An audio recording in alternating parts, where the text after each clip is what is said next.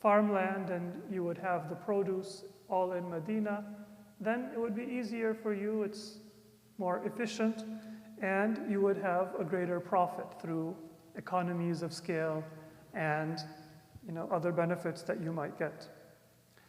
The Imam says, اتخذتها متفرقة. I deliberately chose to keep these investments separate. I'm not going to have only my investments in farmland or only in one form of commerce or another.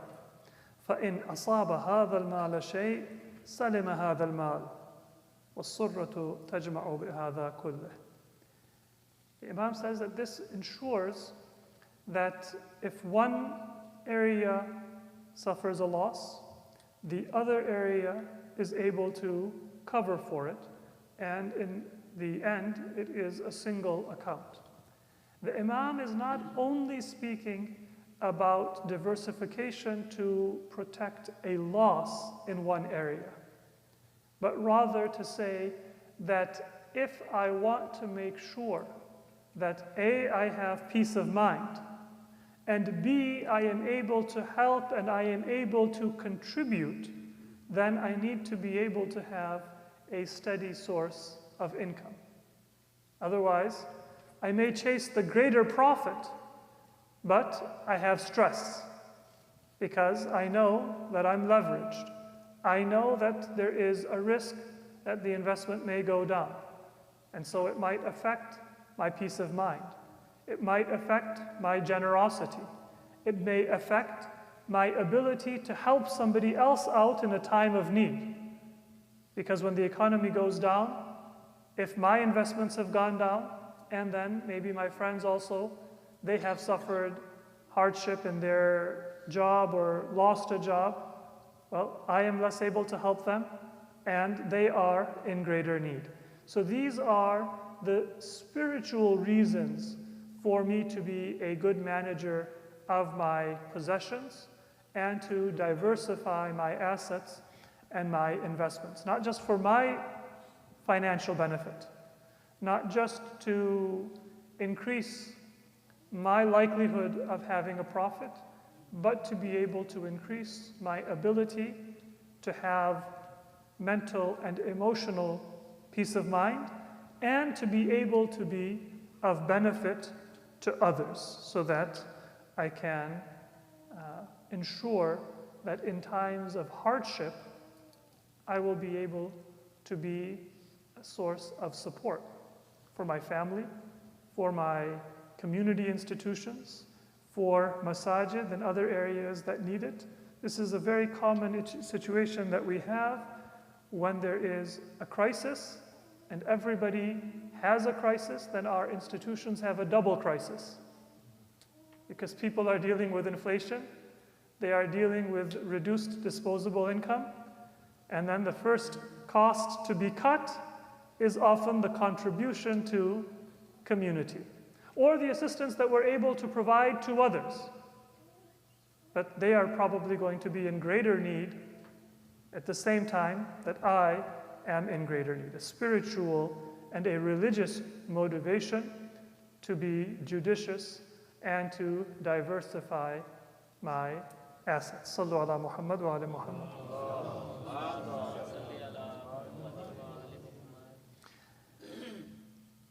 Speaking of having many assets, having wealth, generally people, they tend to budget their needs on the basis of what they can afford. So when I'm a starving student, renting an apartment seems to be sufficient. Buying second-hand furniture or getting my furniture from Craigslist, it seems to be sufficient. It does the job. If my car is able to get me from one place to another, the fact that it's a little loud and maybe the AC doesn't work is not a problem. At least I'm not walking. But then if there is a little bit more money in my account and I can afford a better car or a better house, it's the same place that I lived in until now. It's the same furniture that I used until now. But all of a sudden, I notice every inconvenience. Same table that I ate on or that I studied on for the last 3 years. But all of a sudden, it's scratched, and it's wobbly, and it's not sufficient. It hasn't gotten shorter. It hasn't gotten smaller. It hasn't changed. What's changed? My sense of what I can afford and what I need. Those changes are not bad. And Allah has not discouraged you from improving your material situation when you are able to afford it. In fact, Islam has discouraged for you to be bound to the past. In one hadith, our seventh Imam, Imam Musa Kadhim alayhi salatu wasalam, strongly criticized a person who lived in a small and cramped house when they were able to afford and their family needed a larger house. The person said, this was, the house that I inherited from my parents. My parents lived in this house. And sometimes people, they think that just because this was enough in the past, this is good for the future. And you're not honoring your parents if you lose your children because of how you are treating them or what house or what circumstances you are keeping them in. If you want to honor your parents, then you might move out of the house that you grew up in and give your children a confident and a good upbringing. But if you lose one generation for the sake of preserving a legacy, and you haven't preserved that legacy at all. So the Imam, he criticized a person who wanted to stay in a cramped place that wasn't appropriate for his needs and for his family needs simply because of the past. Maybe that was appropriate in the past. But if it's not meeting your needs now, if it's not sufficient for your family now, then you shouldn't be wedded to it. Islam doesn't say don't upgrade your circumstances. What Islam says is don't think of those increased circumstances as your property. Think of it as a trust and a gift from Allah subhanahu wa ta'ala. If I'm able to buy a more reliable car, or if I am able to move from renting to owning my house through halal means, that is good. If I own my house and it is cramped, and I can move to a more spacious home that gives room to my family and that allows me to also sometimes host my relatives and my fellow believers, by all means do that. But don't think of it as mine, and don't think of it as something that Allah owes you or you owe yourself. Think of it as a gift. And when you think of your abundance as a gift, then you will also think of people coming and asking you for assistance as a gift. And that is a hadith narrated in similar forms from several of our Imams. In one incident, Jabir ibn Abdullah al-Ansari, the famous companion of our Prophet and several Imams, he came to Imam Ali alayhi salatu wassalam. Some of you may be familiar with a similar hadith from Imam Hassan alayhi salam and other Imams. In this hadith, Imam Ali said to Jabir, Ya Jabir, Man kathurat ni'amullahi alayh, kathurat hawa'ijun nasi ilayh. If Allah has given many bounties to a person, then many people will also have needs that they will come and ask that person for. People who are wealthy, they will get approached much more for donations, for loans, for assistance than somebody who is not wealthy. And there are many wealthy people who get frustrated. Everybody who calls wants something. Every organization I go to, they also ask for a donation. Sometimes they say, I'm afraid to go because I'll find out that the AC needs to be repaired, the building needs some other assistance, and I will be asked for a donation. Remember, Allah hasn't said that you shouldn't enjoy your bounty. You shouldn't enjoy your wealth. You shouldn't improve your material circumstances. But it's not yours. It's a gift from God to you that He wants you to use and to benefit from. But He also wants you to appreciate that the need that other people have, that also is a gift that God has given you so that you can fulfill that need. Imagine that Allah has given me more than I need. If Allah wanted, He could have used somebody else to provide assistance to a needy believer or to a needy institution. And then I would not have gotten the thawab and the barakah and the benefit of contributing.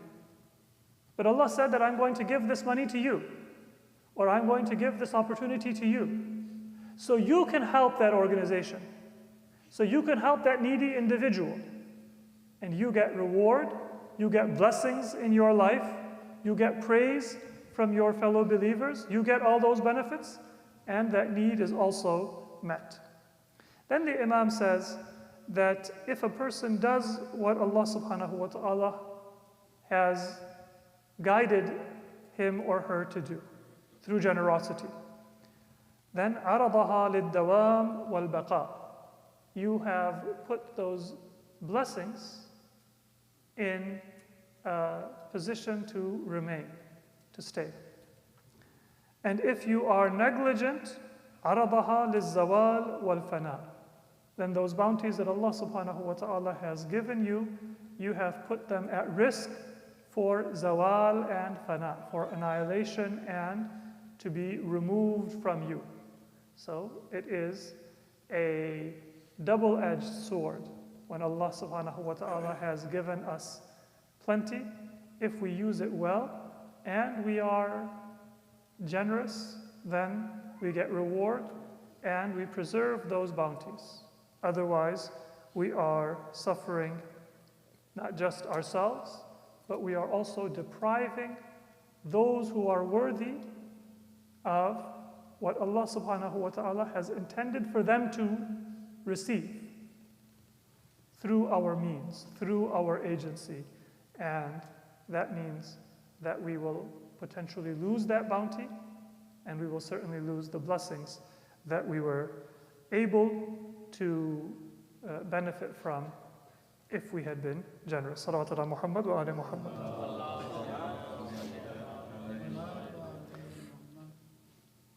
With regard to our wealth, the next important teaching that we have from Ahlul Bayt is that we should be careful not to squander or waste, to misuse our wealth.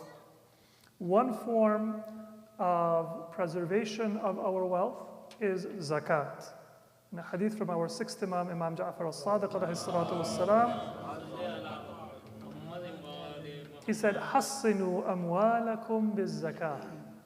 Give zakah, and zakah in the Quranic usage and also in our ahadith, it's a comprehensive term for all of our Islamic financial obligations. So it can include what we normally consider to be zakat. It can include zakatul fitra. It can include khums.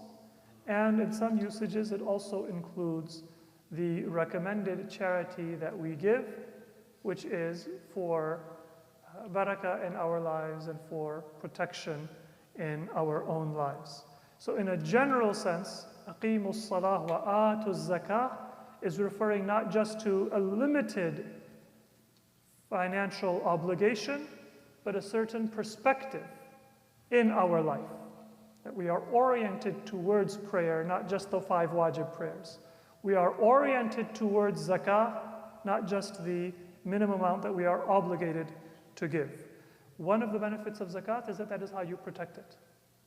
You don't just put your valuables in a safety deposit box or under lock and key. You don't just buy an insurance policy to protect your valuables. You also give zakat as a form of protection. It is just as important as that lock and key, just as important as the insurance policy. It doesn't replace that. You still have to be responsible Still get the insurance, still get the alarm system or whatever it is that you might need, but also consider zakat to be part of that security arrangement that you are making for the preservation of your wealth. And it is prohibited to put our wealth at risk, to waste it. That might be something so simple as clothing that you buy. Don't wear it roughly.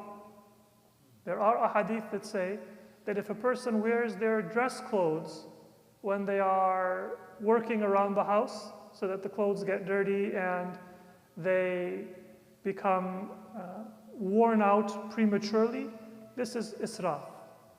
Maybe you can afford it. Maybe you don't have to worry about your clothing budget. But if you are needlessly squandering, salawat ala Muhammad wa ala Muhammad. If you are needlessly squandering an asset that you could have preserved, you can afford it. But you also could have changed your clothes, just a little bit of trouble, and not worn your fancy clothes for a household project when you are working on your car, working on your household appliances, and so on. That is to avoid israf, not because of financial necessity, but because of a sense of obligation and gratitude to Allah for His bounty, and in all of our possessions. According to a hadith of Prophet Muhammad sallallahu alaihi wa it is said that nahan nabi an ida'atil mal. It is prohibited for a person to make poor use of their material resources, to squander their material assets. Some of the ways that we squander our assets, they are obvious. Like, for example, if I use something recklessly, if I leave my tools out in the rain, if I wear dress clothes when I'm painting a room in my house. This is an obvious example. Sometimes the examples are not that clear. When we are not grateful to Allah, or when we are not honest, that is also a form of putting our material well-being and wealth at risk.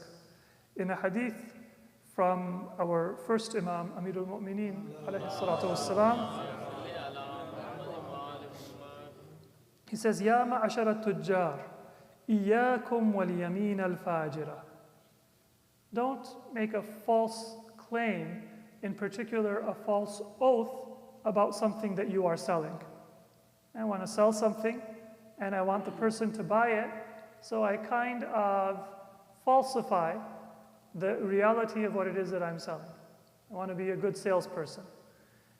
Now, I might not think that that is going to squander my wealth, but the Imam says, فَإِنَّهَا تُنْفِقُ السِّلْعَ وَتَمْحَقُ الْبَرَكَةِ.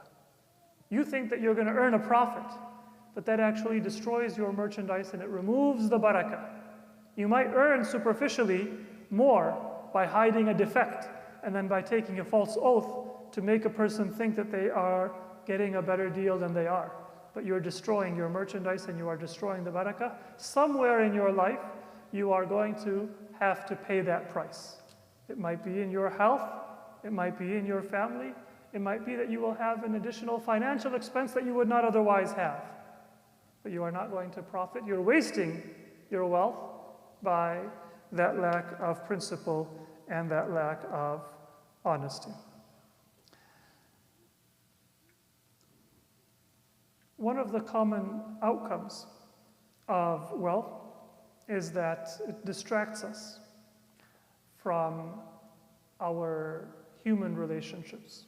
There are psychological studies that have been done which say that wealthy people are less able to see signs of anxiety or sadness in other people's faces than poor people. Now, sometimes psychologists say that's because if you're wealthy, most likely your paycheck, your financial well-being doesn't depend on knowing if somebody is angry.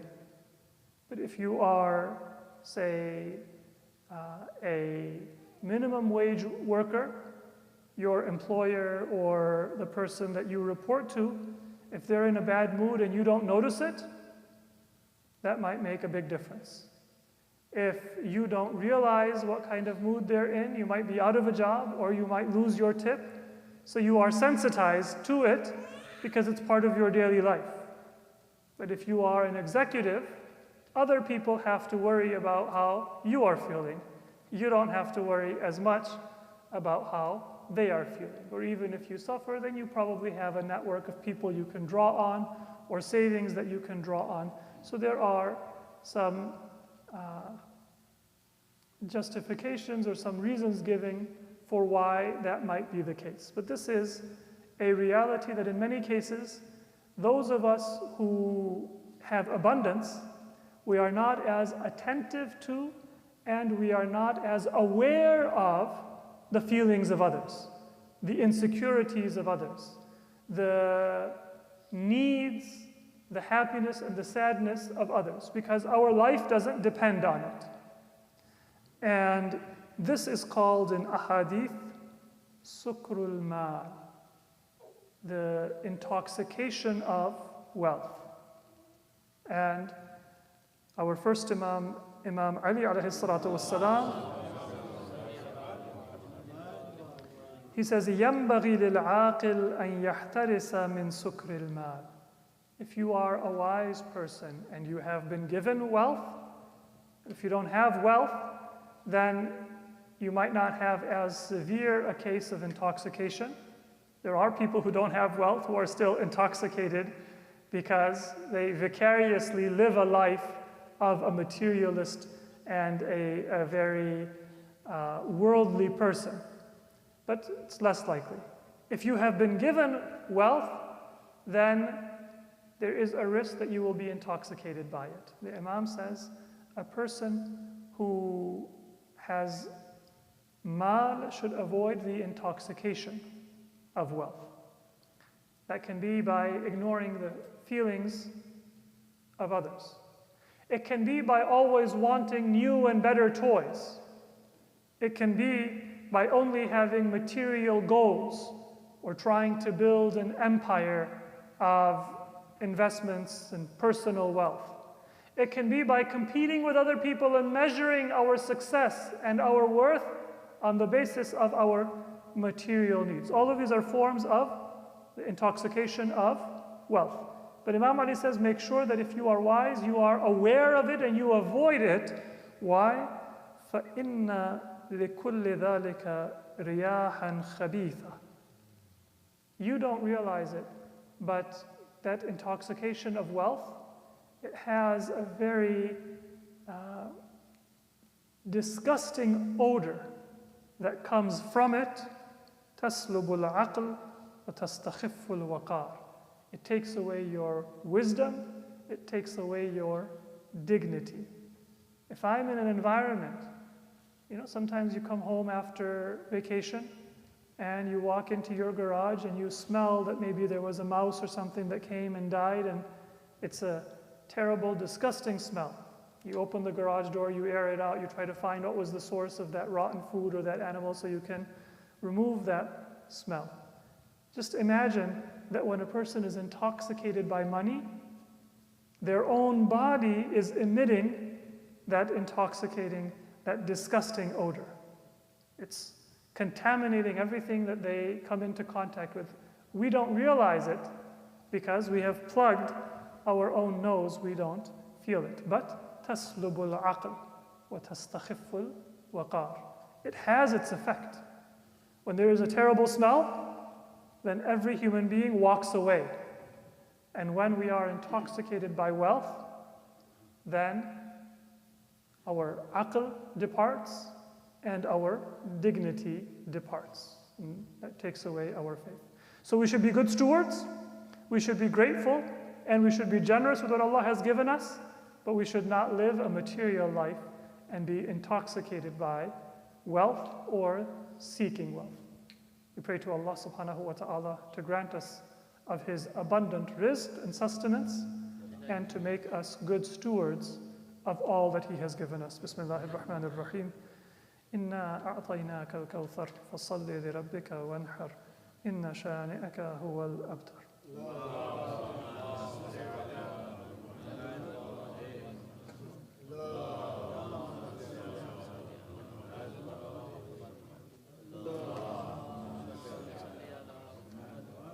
Bismillahir Rahmanir Rahim. Alhamdulillahi Rabbil Alameen. Wassalatu wassalamu ala Sayyidina wa Nabiyyina Abil Qasim Muhammad.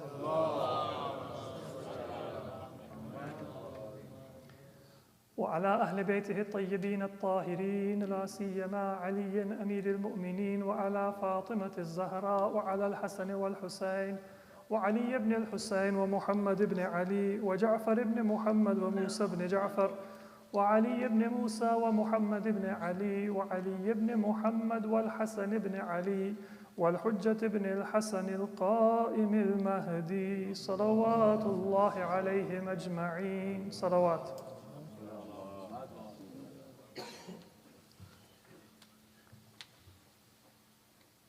I seek Allah's forgiveness for all of us, for our shortcomings, and ask His grace and His continued bounties.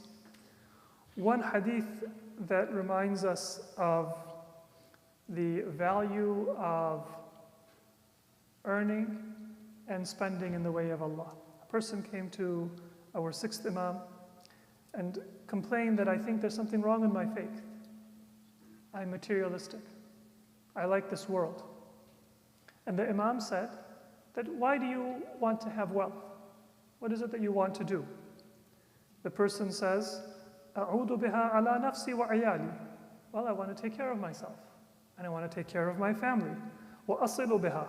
And I want to give gifts to my friends and to my relatives. وأحج وأعتمر. And I want to go for Hajj, and I want to go for Umrah, or I want to go for Ziyarah. And the Imam says, ليس هذا طلب الدنيا. هذا طلب الآخرة. This isn't worldliness.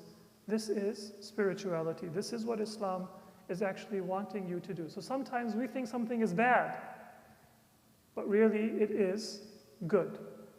The orientation and the understanding of the value needs to be different. So I encourage all of us, look for the ways that we can live in this world to prosper, to thrive, to help each other prosper, but then seek Allah subhanahu wa ta'ala. That is what it means to live for the akhirah. Work and earn, but then don't just become selfish. The person says, أعود بها على نفسي وعيالي. Spend on yourself, but spend on others. And do so for the sake of Allah subhanahu wa ta'ala. We pray to Allah for the bounties of this world and for the bounties of the hereafter. And may Allah subhanahu wa ta'ala always make our greatest concerns and our greatest hopes be for our soul and our eternal life, and not for our bodies and our material life. إن الله يأمر بالعدل والإحسان وإيتاء ذي القربى وينهى عن الفحشاء والمنكر والبغي يعظكم لعلكم تذكرون. صلوا على محمد.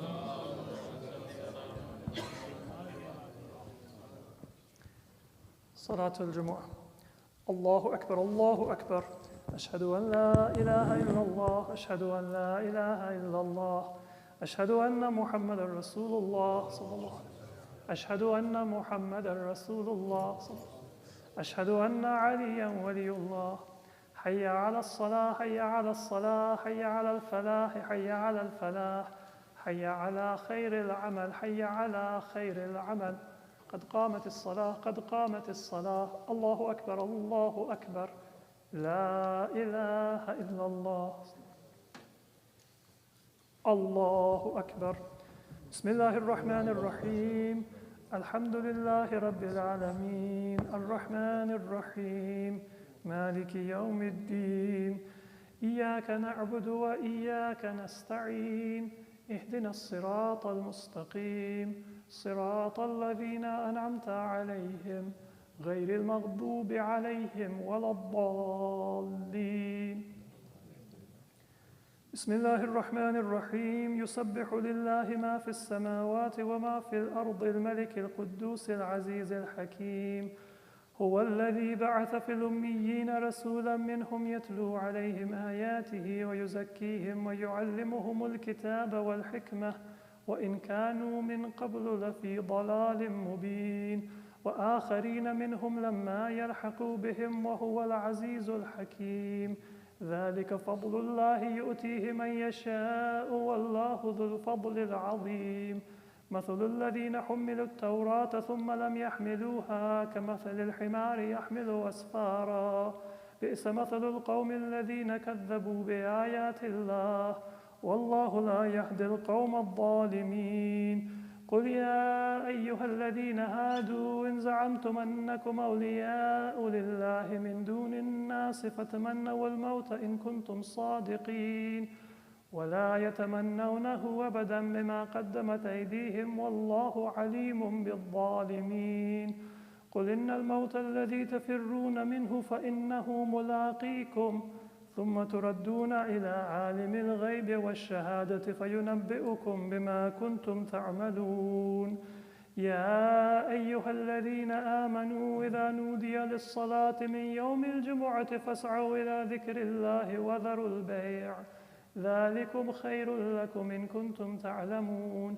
فإذا قضيت الصلاة فانتشروا في الأرض وابتغوا من فضل الله واذكروا الله كثيرا لعلكم تفلحون.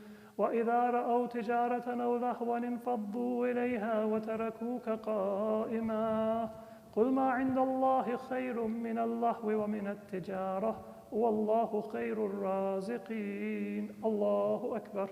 اللهم صل على محمد وآل محمد. ربنا اغفر لنا وارحمنا وعافنا واعف عنا في الدنيا والآخرة إنك على كل شيء قدير. اللهم صل على محمد وآل محمد. الله أكبر.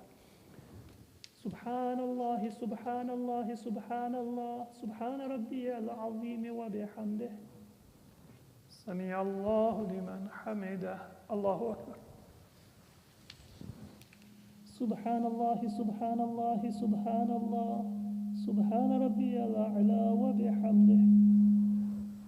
الله أكبر. أستغفر الله ربي وأتوب إليه. الله أكبر. سبحان الله سبحان الله سبحان الله سبحان ربي الأعلى وبحمده.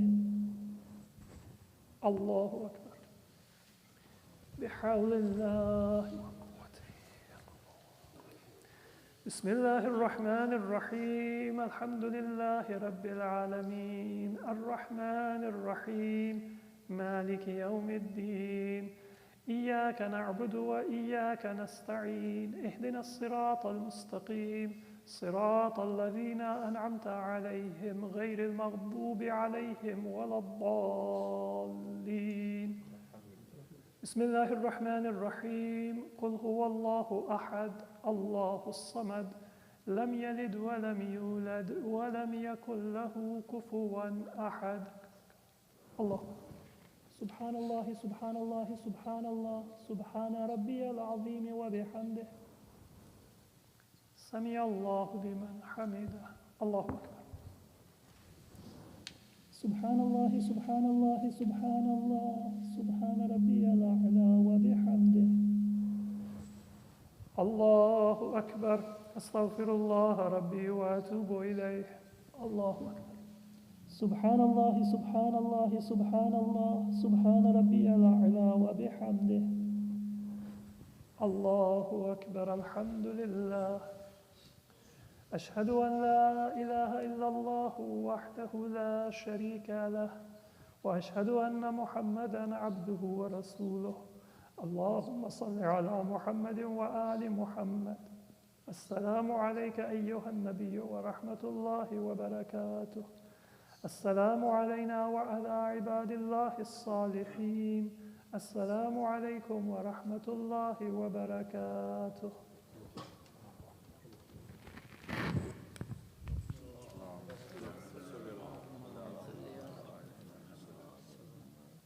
أعوذ بالله من الشيطان الرجيم. بسم الله الرحمن الرحيم. إن الله وملائكته يصلون على النبي يا أيها الذين آمنوا صلوا عليه وسلموا تسليما.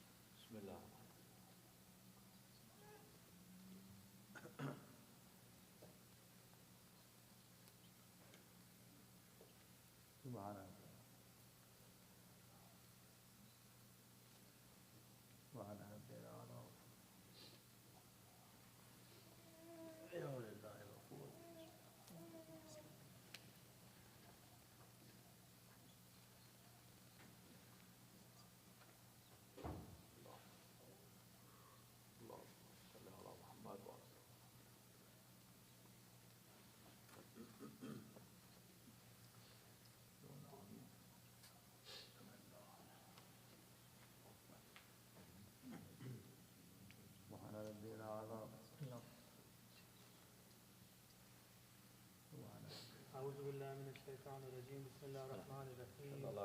يا ذا الجلال والإكرام يا ذا النعماء والجود يا ذا المن والطول حرم شربتي على النار. اللهم اهدني من عندك وفضل لي من فضلك وانشر لي من رحمتك وأنزل لي من بركاتك. إلهي هذه صلاتي صليتها لا لحاجة منك عليها ولا رغبة منك فيها إلا تعظيما وطاعة وإجابة لك إلى ما أمرتني به. إلهي إن كان فيها خلل أو نقص في نيتها أو قيامها أو قراءتها أو ركوعها أو سجودها فلا تواخذني وتفضل علي بالقبول والغفران برحمتك يا أرحم الراحمين.